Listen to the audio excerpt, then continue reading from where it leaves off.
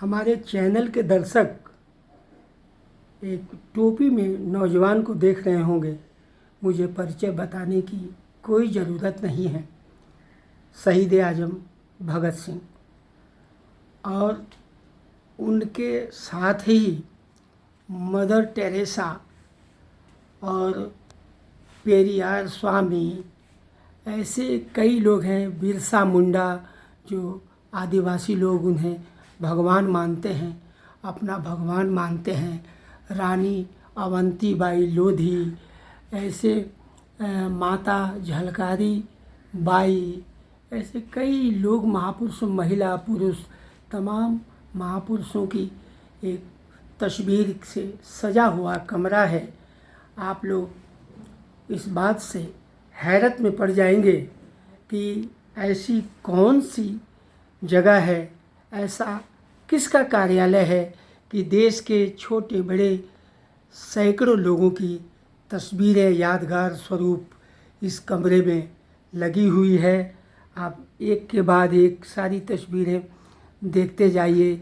चौधरी चरण सिंह, उत्तर प्रदेश के पूर्व मुख्यमंत्री और थोड़े दिन के लिए देश के प्रधानमंत्री रहे, और उनके नाम से एक अपवाद आ गया कि देश के एकमात्र प्रधानमंत्री चौधरी चरण सिंह अपने कार्यकाल में 1 घंटे के लिए भी लोकसभा में नहीं जा सके। यह चौधरी चरण सिंह के साथ ये घटना घटी। और बिहार के पूर्व मुख्यमंत्री कर्पूरी ठाकुर जी की तस्वीर ठीक उनके बगल में है, जिन्हें अभी अभी भाजपा की सरकार ने भारत रत्न से सम्मानित किया है।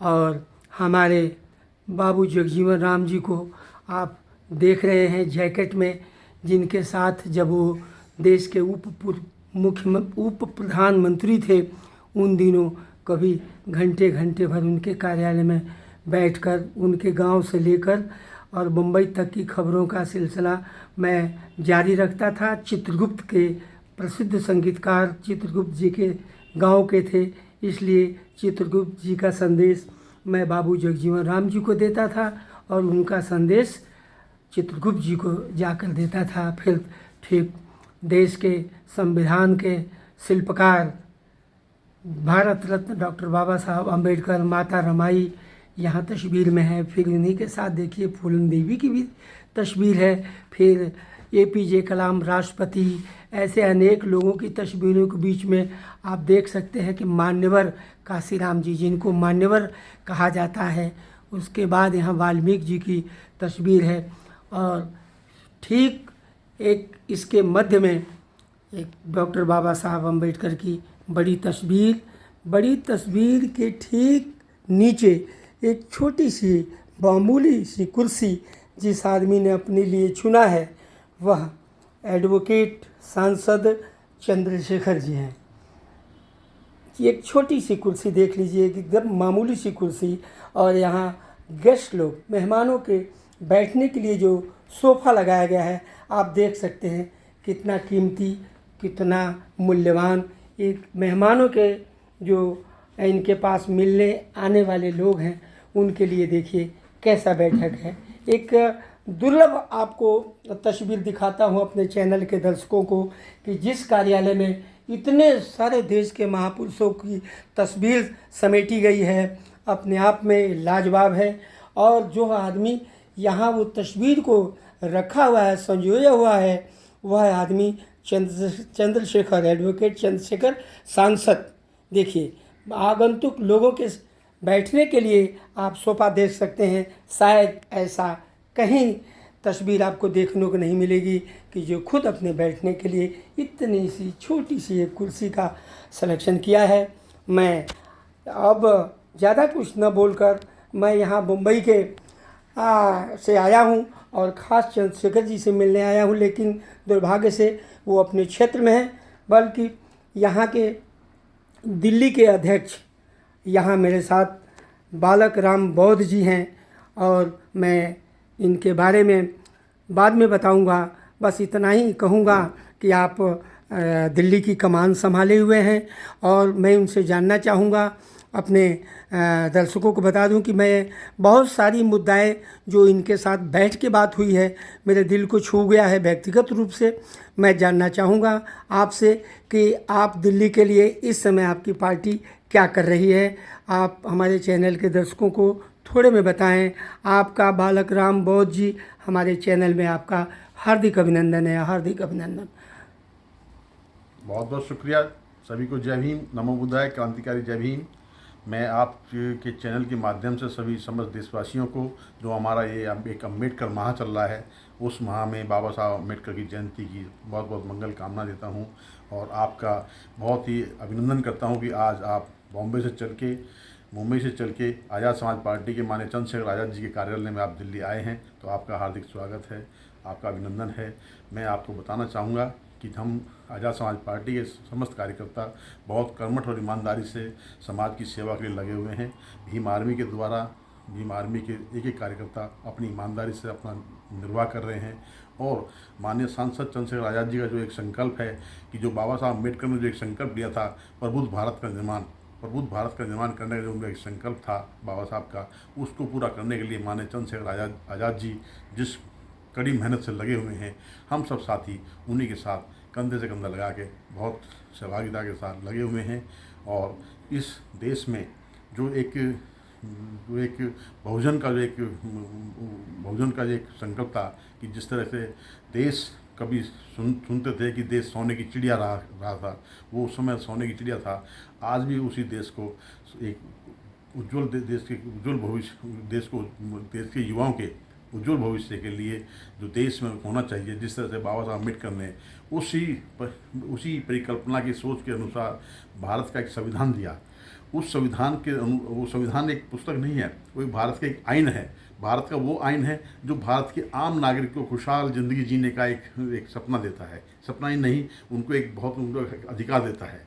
उस अधिकार को धरातल पर लागू करने के लिए माननीय चंद्रशेखर आज़ाद जी ने जो एक शिक्षा के माध्यम से, स्वास्थ्य के माध्यम से, रोजगार के माध्यम से, पर्यावरण के माध्यम से जो एक संकल्प लिया हुआ है, उस संकल्प के लिए समस्त देश के भीम आर्मी, आज़ाद समाज पार्टी के कार्यकर्ता उनके साथ लगे हुए हैं। अभी दिल्ली में जैसा कि आप बात कर रहे थे कि इंदिरा गांधी के कार्यकाल में जो 20 सूत्री कार्यक्रम की घोषणा हुई थी, तो उस पर कहाँ तक अमल हुआ है, इस बारे में भी मेरे चैनल के दर्शकों को बताएं। बिल्कुल, आपने सही बात कही है कि तत्कालीन प्रधानमंत्री स्वर्गीय इंदिरा गांधी जी ने जो 20 सूत्री कार्यक्रम के अंतर्गत 1974-75 में जो भूमिहीन गरीब लोगों के लिए जो एक आवासीय, उनके जीवन यापन के लिए कृषि भूमि का एक आवासीय भूखंड दिया था और एक रिहाइश के लिए भी एक आवासीय भूखंड दिया था।